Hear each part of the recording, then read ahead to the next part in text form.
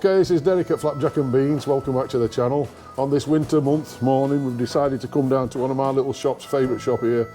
It is a guitar shop in Sheffield called You Richtone Music. I'm just going to introduce you to. Here we go. Here it is. Morning. How you doing, Big D? Mark, that is me. There we go. That's Mark. So, could you tell us a little bit about Richtone, Mark, please? I shall try my best to tell you about Richtone Music. So, yeah, I would like to call it a family-run business because a lot of the people that run it originally. We're all a bit of a big family. So there was a guy I used to play cricket with, Richard Thomas. That is Rich T, that is Richtone Music.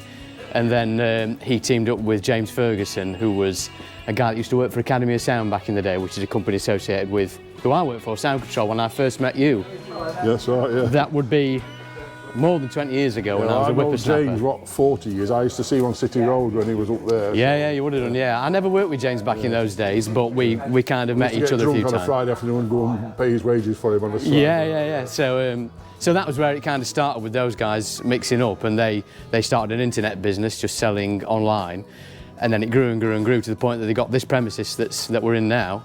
And I joined them a few months afterwards, and that was, I believe, 13 years ago. So 13 years in this premises, which has gone through quite a few changes. We started off in just this part, then we moved into next door, out the back in loads of different areas.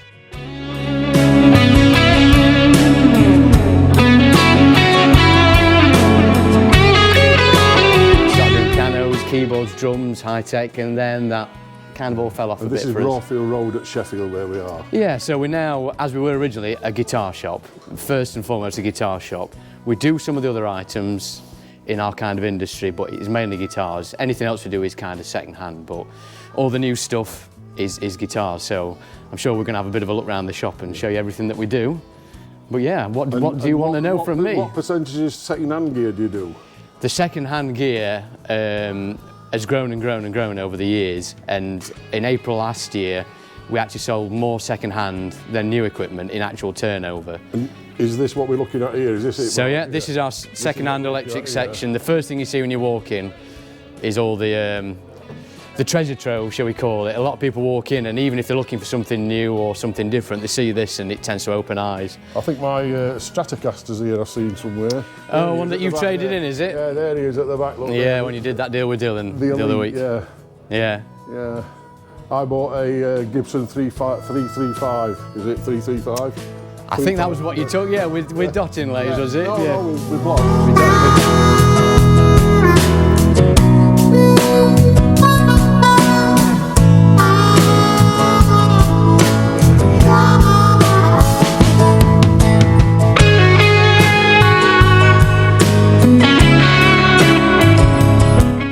With blocks, a figured top one, wasn't it? Yeah, it's very nice. That I do. I'm enjoying it. So yeah. So there's a bigger range of second-hand gears you can see here. Look. Yeah, and we can. If you want to walk around the shop, I can show you what else goes off with the second-hand. So it still keeps going around here. And there's prices for all kinds of price ranges, isn't there? So. Yeah, the amazing thing these days with guitars is that there's something for every pocket. You don't have to have loads of money to get a good guitar. But with the second-hand, that expands that even more, because sometimes you might get a very expensive guitar that's lesser known, and second-hand it could become quite affordable, whereas you get other items that are big collector's pieces and their price can go up and up and up. But if we walk around to this little department here, which is where we put some of the more entry-level items, there's some brands in there you might never have heard of, and there's a lot that you'd be very familiar with. But there really is something for everybody. I mean, look at this. This is amazing, isn't it? I had an Hank Marvin, one of 52. Yeah. I mean, and that's a guitar, one of the many guitars I regret selling. Gold hardware, short and trem, and. Yeah, see, a lot of people buy a guitar like that because they want to dabble with that idea, or they might even have the Fender Hank Marvin custom shop, and they don't want to take it out, and they want something that looks the part to take out and do the gigs with. So. Yeah. But there's a few here that have come from Hank Marvin fans. You can see with the burns up there. Just looking at them, Yeah, that roll headstock there. Look. Yeah, it's a classic look, really. It's not everybody's taste, but I think it's a really nice style, and they were managed to do the Fender thing in their own way and step away from that. You're shredding here, look, your Jacksons and that. Absolutely, yeah. Yeah, it's quite a good start, isn't it, really? I mean, look at that. I mean, the Epiphone's quite a good make, aren't they? Oh, absolutely, yeah. I mean, And we service all these second-hand guitars no matter what level it is, so they all get the same treatment from the cheapest second-hand guitar to the most expensive one, so they're always going to play well. And we'd never put anything out that we weren't happy with, unless it was... And is there anything that you don't take in exchange as guitar-wise? Guitar-wise, there's very little that we don't take in. You do sometimes get old acoustic guitars that are getting very tired and worn out, and they often aren't rescuable. Lemon Tree and Benidorm at Spain. Yeah, things that have been exposed to high humidity and things like that, and the tops have all bent, or they've just gone old with age. Some, if they're expensive, they're worth repairing, but if they're not, it's not always worth doing it. Yeah.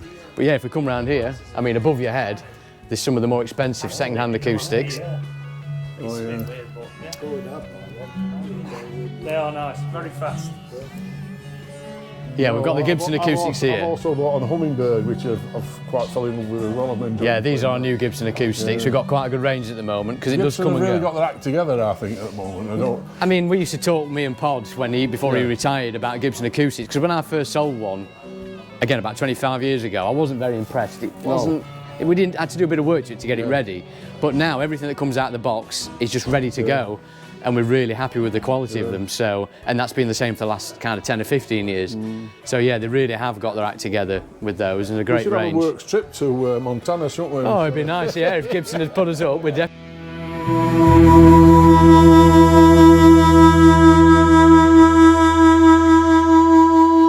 be there, wouldn't we? Drink a bit of beer. Hey. So these are some more second-hand guitars, the acoustics that we've got, and again, like with the electrics, the range from esoteric things like the Gallagher up there to the most modern kind of electro-acoustic from Fender. And then we've got some entry-level things down here, all mixed in. I mean, look at that for 99 quid, what more do you want?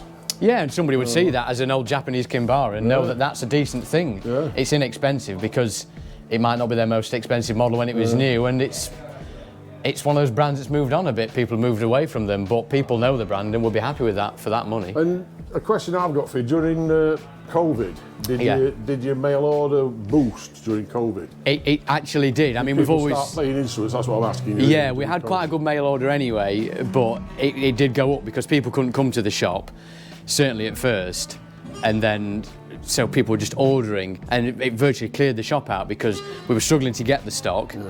Because the manufacturers had to close the factories, even if only for a week or two, until they worked out COVID working. And then they started manufacturing again, but they're so far behind from those 2 or 3 week periods from all the big brands as well. So yeah, we really struggled to get the stock, and we cleared the shop. And price-wise, has it started levelling out now? Is it the man? Because I mean, during COVID or just after everything went, you know, they're all trying to catch the profits up, weren't they? Yeah, well, there was a bit of that, and because stuff became rare and people still want to buy stuff for their own pleasure, the second-hand prices went through the roof. And yeah, they have levelled down. Some of them have gone down, some of them stayed the same. But with the cost of manufacturing and timbers and things like that, the cost of guitars is higher than it was, but I think we had it quite good for quite a long period. Things were affordable. So we weren't paying a lot for guitars, even though you might have said, oh, that's a £2 guitar, it's a lot of money, but those £2 guitars have now become £3 guitars. But at £2 they were probably very affordable for like a hand-built American Do they custom still guitar. make Evasions? Are these still being produced, the Evasion? Yeah, they've gone through a little bit of a lump in the road. Ovation is now owned by their European suppliers as well. So there was an American company that went through a few different hands, but they're now owned by the German company that were distributing them across Europe. Yeah, I had a Balladeer and I quite like that. I mean, again, it took some setting up to make it work. But Yeah, normally Ovations we've had have been quite good, but they have a lot of scope for setting them up with the way that they're constructed, so they do have some advantage in that respect. But some people just love them. Not a lot of people sell them, but we sell them still.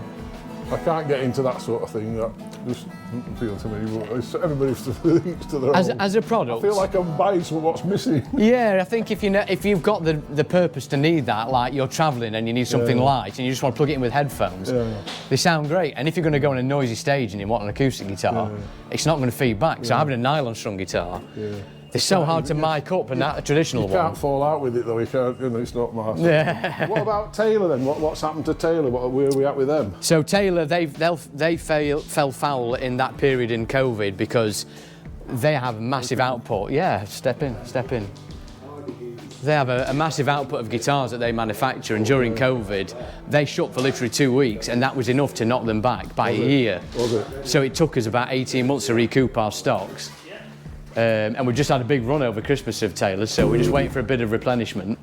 but they are as strong as ever. They are probably the biggest guitar brand on the planet in terms of sales. Are they? And it's well earned. They're high quality guitars, they always play well. They look after us as a dealer, they look after the customers. Yeah. Right. There you go, a bit of the Richtone music experience, always testing going on. Yeah, down here we've got the Fender acoustics, Epiphone acoustics, a few of the new Ovations, and then a blend of the Eastman and Sigmas, which are our kind of mid-range guitars. They're a tremendous value instrument, I think. Eastman are a really top brand that, I mean, out of all the brands that we've had come and go through the shop, made in China. China. But there are. Oh, it's the other one. It's the a guy who used to. What's his name? Oh, who makes them? I can't think of his name. That might be. Is it the Faith you're thinking of, No, Patrick Hagels? No, it's a word like Heinz or something like that. It's just, it'll come to me. But yeah, the Eastman brands. The thing is with an acoustic, they have to be hand built to a certain degree. But with Eastman, the only thing that's done by a machine is the bridge plate. So these are the only things that they make with a machine that's CNC'd. Yeah. Everything else on the guitar is hand carved, hand finished, and you just have to play one. They're just very, very alive guitars. And how much are they? Well, on average, you might equate them to an American equivalent from a Gibson or a Martin. They're often half the price. Are they? Right, yeah. So it's not all about price, but obviously you're going to get a lot higher quality thing than you might imagine. Are they laminate tops or? All solid. Every Eastman that we keep in the building is all solid. All solid tops. They're Epiphones up there. Yeah. We're not heading there at the moment. We've had a bit of a leak in the roof, so that room's been emptied for now. Oh dear. That's the result of all the bad winters we've had and the stormings. Yeah, as we come round here, opens out a little bit. We've got our kind of demo booth there for if anybody wants to do any loud amp demos. We'll sling them in there, or if anybody just wants a bit of privacy, because a lot of people don't want to be heard when they're playing. Not that it's soundproof, but it gives you that feeling, the confidence to sit in there. We do have PA and tech down here, which is something that we've shrunk a little bit over the last few years because I thought there's like less people out playing live in the local scene than there possibly was. Certainly carrying their own gear. There might be lots of people doing the jam nights and things like that and doing bigger gigs where there's gear provided, but there's less bands that like take their own gear and travel around. So we do still sell the PA, but just a little bit less than we used to. So we keep that a bit more concise. Yeah. And is this your second-hand rack, or what is this? So in the amp world, we keep the second-hand amps generally in the middle. There are some spread around in the other bays as well that we'll come to. There's some fantastic amps now, isn't there? I mean, it just seems to be, everywhere you look, there seems to be some different kind of amplifier produced. Well, it's a very different world. When you would have come in here when we were first open, we had nearly like Marshall, Vox, Fender. We would have had like virtually their whole range of amps that they sell. But now, as well. But those days are kind of gone a bit, and a lot of people have moved into lightweight amps or digital modelling systems. Well, the older you get, the bloody heavier they are. But even the young players, they don't want to carry it, and often if they're doing a tour, it's not affordable to transport all that stuff about, especially if you're leaving the country. So a lot of people just use digital modelling. But what that means is that the second-hand amplifier section is just packed full of very interesting stuff. Again, the prices are kind of boggling of the mind when you see how cheap some of these things are. Yeah, a little Black Star head there, look. That's tiny, isn't it? Oh yeah, popular little thing. But you go from that, relatively modern, to right next to it, you've got Selma treble and bass from the late 60s, early 70s. So things like that, very popular. And then even odd things like this, that were made as PA amplifiers. Oh, and it's not necessarily worth a lot intrinsically, but if you plug that in with a bass guitar or a bit of clean guitar, it sounds absolutely amazing. So there's things like that that people kind of know about, and sometimes they don't, and you often introduce people to those ideas. We've still got cello in here. Oh, well, this is, again, it's relatively new. You've got to have orange anthem for KTM riding, Mo. Is that why you've got the orange shirt on? Is it a whole matching... Yeah, we're all orange. We've still got cello in here working away. Oh, this is the young man, is it? The young man himself. Hey, does he mind going on YouTube? I don't mind. You don't mind? I'll come in and have a look at you then. You can have a breather now. I'll say I'll come in and have a look at you. And what are you doing today then? Just same old really, just preparing guitars for sale. Yeah. Not ready for sale yet. I'm just bringing, fixing, replacing broken bits. Oh yeah. You know. This goes back to what we were saying earlier, do doesn't amps it? as well? Does he do amps as well? No, we do fiddle with amps a bit. There's 2 or 3 of us that are happy to like change basics, valves and parts, but we do have an amp tech we use outside of the building for bigger jobs. Yeah. But yeah, this is what we're saying about all the second-hand guitars all getting the treatment. They go through Chillo's hands first. Yeah. I can tell you already that looks better than what it did yesterday when it came in. Yeah, I bet. Is it one of them guitars what's never been cleaned? Probably. It wasn't the worst, but yeah, it definitely was lacking a bit of love. Yeah. Well, it's good to see them coming back to life though, isn't it? Yeah. As we swing around, you'll see the bass department over there. Bass, are they up there? Yeah, yeah. And how popular is bass? I mean, bass is always popular, but I think the average bass buying customer is, they operate a little bit differently. They don't chop and change as much as guitar players do. Seem to be more faithful to the... I think they are, yeah, so we don't get as much throughput I'm looking there. at that really pink one over there. There's going to be a brave bass player playing that one. Oh, it's nothing brave about playing pink, is there, on stage? It's quite a colour, that. 18. Yeah. But if you... Yeah, it's quite a colour, that. It's nice. Yeah, actually. coral pink, I think they're calling that Yeah. one. Again, they're kind of aiming It's at a like... similar like a salmon pink. They've done that a little bit, but there's like a different take on it. Yeah. It's obviously to appeal to lots of different people in the market, whether you want to stand out or whether you just love pink. And I keep reading a lot about these names, Boss, Katanas. Are they good amps? Because on Marketplace on Facebook, if you look on there, there's a flood of the bloody things. So the Katana guitar amps, this is one of the bass amps, which is a bit newer, but the idea was a lot of people make the digital modelling amps that we've already mentioned, and they've got a lot of stuff in them, almost too much stuff in them for some players. And Boss kind of hit the right point. They put just enough in it to give you lots of choice. I've got a Variax, and not a Variax. Is it? What's that thing on? The Helix, have you got? A Line 6 I've Helix, got an Helix, yeah. and I play 4 channels on it. Yeah, Four- so you've got I've got 4 patches on it. Yeah, it's a very capable unit, but It's mind blowing. yeah, what it can too do. much for me. And some people use everything in that, but some people just get the one sound they want, perfect. But yeah, the Boss Katanas they hit the price point right and they They've hit the just done an features update right. actually on that Helix. I don't want. They update it all the And time. it's absolutely amazing. Some of the amps that they produce. Well, you pay a lot of money for a product like that, but then you get all the updates, which keeps bringing it on. So it's always being developed for you. So then what we got here then? So this is the rock bay full of like Jackson, Charvel, EVH, PRS SEs, and Schecter. But at the moment, you can see on the floor. This morning, before you arrived, we had a van load of a collection delivered. All right, yeah. This is the 3rd van we've had delivered. Selma. So again, this is all stuff that we've got to test before we can buy it in, because again, we don't buy anything in without knowing we're confident to resell the it. Yamaha thing, isn't it? I've seen them, But this is a list of say 100 items, Is it? and some of them are single amps like that. Some of them are individual preamps and pedals. It's I think all it's going to what be James tested. does upstairs, because he says to me last week, he says, I spend all day buying. Is that what he's doing, buying? It's a lot of the time what James is doing, yeah. On this occasion, it was such a large list, and I'd already got a rapport going with this customer. I'd got the list myself, and I was doing it. But it's what James does on the emails. It's what we do in the shop, on the phone. So we do it quite a lot. Yeah, I can see a guitar, and he's a little one, isn't he? Yeah. Yeah. So that's a popular product. You see them on Marketplace all the time because people are buying them all the time. And people chop and change, like we've already said, so they often, if something's popular, it's on their second hand. What's not there, I think, which is good for your industry, I think. Yeah, yeah, definitely. We're moving along here to one of the... AMO. Oh. What we got here then, Mark? So this is your fender bay, Oh, yeah, the with Fender Gretsch bay. included. So obviously that's one of the busiest areas for us. Fender being them and Gibson, the biggest 2 names in our market.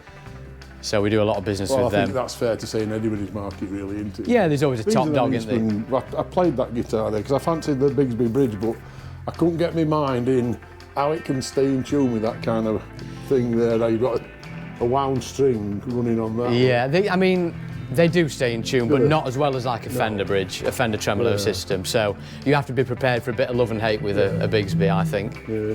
But they do give you that certain vibrato, which is different to a Fender bridge. So ups and downs, pluses and minuses. But I mean, look at it for what they cost on like for like prices, if you like. Yeah, again, they're great value, and a lot of people will look at a guitar like that can't quite get to the top money, but they play one and realise that the quality's there and they can live without the brand on the headstock that they're familiar with. Yeah, Fender amps. Yeah.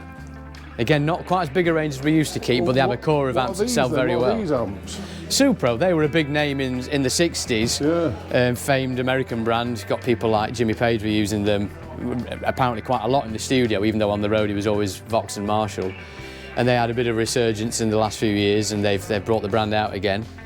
Do you have something that a guitarist could just come and get as a backing machine? When I say a backing machine, give him a bit of drums, you know, he can sit there and just play on some sort those products are often a bit hit and miss, as in there's a few brands that make them, but with the onset of the internet being a big thing and using YouTube and even just downloadable apps that you can put on your tablets and your phones, those kind of...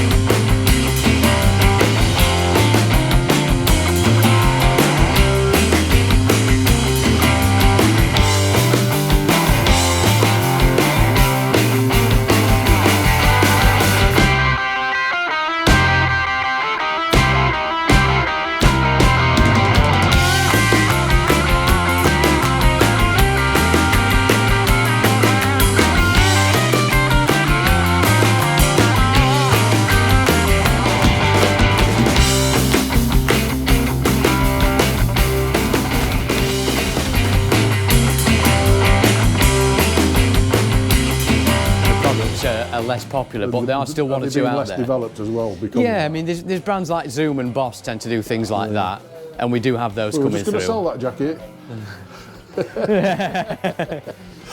Yeah. And of course you do all cablings and all this sort of stuff, yeah? Yeah, again, it can be quite a bewildering array. We do like all the normal guitar How much of your online is compared to your in-shop business then? At the moment, people buying a guitar and having it put in a box and sent to them. It's probably bigger online in terms of the actual sales, but a lot of it's supported with what we do in the shop. Yeah. So we're either emailing them to discuss their next purchase, speak to them on the phone. They might be doing a trade-in. Can they do an exchange online? So if I've got a Strat and I live in Glasgow... We do it quite a lot, yeah. We have people, we How often... does that work? Does it have to come to you first for valuation? So that's what James does on the emails a lot, and the guys that sit with him will value it on customers' pictures. Then they'll either send it to us if they can box it up, or we can even collect it. If they've got no box, we'll send a box and get it sent back. As long as they package it well, that's fine. We get it here, just make sure it's as we expect it to be. Buy it in, apply it to what they want to buy. They pay a balance and we send it on. So, or we just buy it. We don't always do a trade-in. We often just buy equipment. So.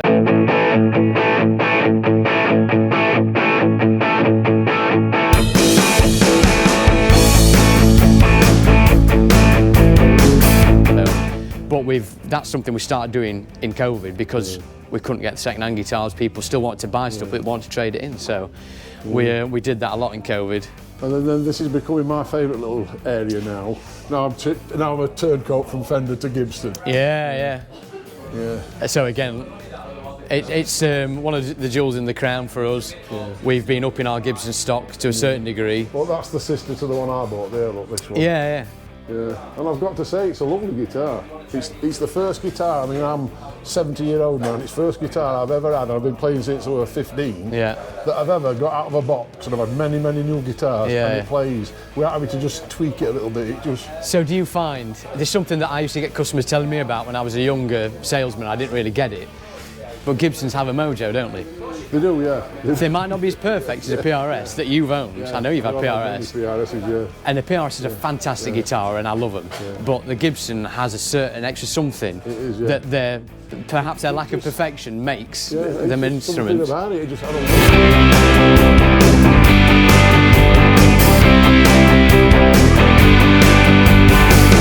I keep picking it up, and I keep thinking, what am I picking it up for? And I don't You just know. want to play them, Yeah. and when you play them, they just give back. I said to James, or I said to Dylan, I was disappointed that for the money you get acrylic inlays rather than abalone or something like that. But I've lived with that now. I thought, well, Yeah, well, who really knows? Yeah, stuff. The thing is, that's the look that they want to go for as well, and it's whatever's appropriate.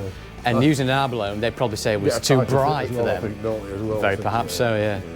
Well, I mean, I've watched videos of them being made, and it's a place I might well go to before I die. But you see those guitars with abalone in now, they're even more expensive. They're like the next notch up into the kind of custom world, aren't they? So. But you look at the videos of watching what they make, the custom, as opposed to what they make with that one, and there's not a lot of difference really, in production. You know what I mean? Yeah, I mean, some of the details are hard to see at first. I mean, One of timber's a your big thing. competitors went there, didn't they? And, To the Gibson factory. Yeah, and I watched them going round Anderson's, and I watched Right, them yeah. going round, and I got a bit fed up with one of the guys, the tall guy.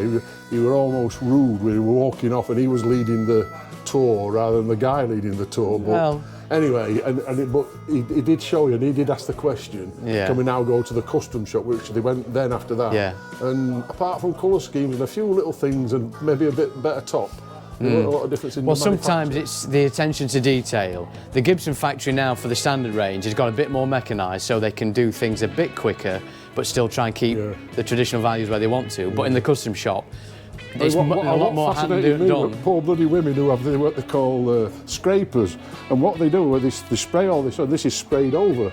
So this woman have to has scrape come, the red off, yeah. and they have to scrape it all back like that. And I thought, oh the hell! I mean, when you've seen that done on a guitar, all of a sudden you have more of an And you think, appreciation oh, of the yeah, cost that goes into it. Exactly, that's exactly what it did to me. Plus the guys who put them bindings, Just putting it on in the first I place. mean, what a system! I've done this to a guitar. Have you?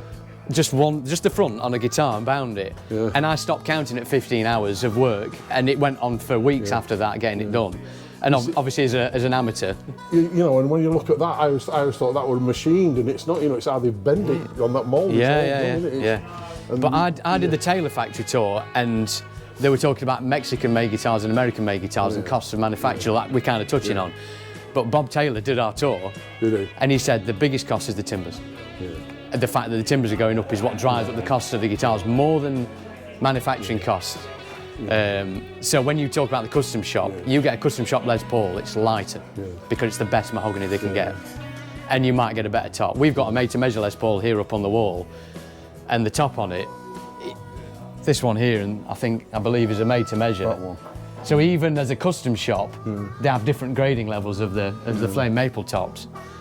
But then the maple tops on the standard range, if we go around to the right, they can be incredible. Yeah. So something like this is a slash.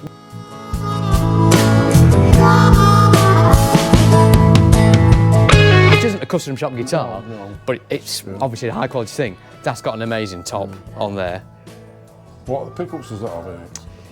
Oh, you're putting me on the spot now. I think they're slash Seymour Duncan models, but I would have to check. They look like, Which are like an Alnico Pro, his variation on them, maybe a little bit brighter.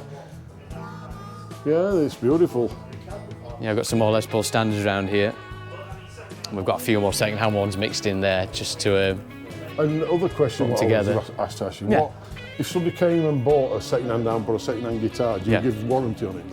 Yeah, we give 28 days, 28 which days. some people see as being quite short, but I think a lot of people would go, well, the thing is with a guitar, they don't really go wrong very much, Yeah. as long as you've checked it. I think in 28 days you should know if you've played it, shouldn't you? Yeah, but I think also it's taking the responsibility that you're buying something that's pre-owned, you're getting a great deal on it, especially if it's something like an amp at the prices that they are. We've got some like valve amplifier heads over there that an equivalent new one would be like £1,500 and they're £400. So you take the rough with the smooth. If you're buying a valve amp second hand, you always got to be prepared for servicing, because even on a new one, you've got to be prepared to do servicing on them. But a lot of these things are very well made and not that something old. that a customer wanted that you haven't got, would you source it and still offer them a fair price to source it? Do you mean like a pre-owned Yeah. thing? It's a little bit difficult because it's hard to get. We would certainly, if we can find one, if somebody's offers one, go back to that customer. But it can be very tricky on some things. But certainly new guitars, what people go on the internet, and it's a bit like you open the internet up and you see all these makes, models, or you go in a guitar shop, they've got like, I've got more guitars at home than they've got. Well, I'm not saying that about you. No. Would you source a guitar? What? Yeah, I mean, if you talk about Fender and Gibson Fender, Epiphone, their brand range Taylors is and massive. things like that, yeah. So we can't keep everything in the shop. But if somebody wants one, we'll find out if we can get it within a reasonable time frame. Or if it's something special, a hand-built Gibson, you're going to wait for that, aren't you? Yeah. So it's just a case of getting an order in and getting it on the boat, so to speak. Right, well I think we've about done it, haven't we? So, Well, we could talk on all day about it, couldn't we? But that gives you the overview.